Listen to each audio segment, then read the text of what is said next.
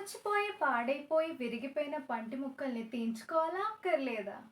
తెలుసుకుందాం. Hello everyone. This is doctor మేఘ్నా, your dentist. పన్ను పుచ్చిపోవడం చిన్నగా స్టార్ట్ అవుతుంది. అలా క్యావిటేట్ అయిపోయి మొత్తం క్రౌన్ భాగం అంటే పన్ను పై భాగంలో అంతా పుచ్చిపోయి విరిగిపోతాయి కొంతమందిలో.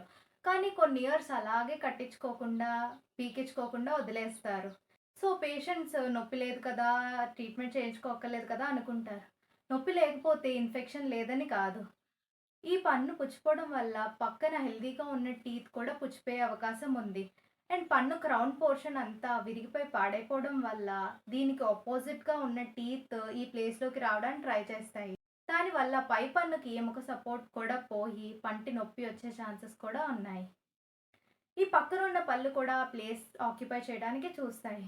సో, ఎంత వీలైతే అంత త్వరగా లోపల ఉన్న వేరు భాగాన్ని తీయించేసుకొని కొత్త పన్ను వేయించుకుంటే మిగతా పళ్ళన్నీ సేఫ్‌గా ఉంటాయి. Hope this is clear. For more such content subscribe to my channel.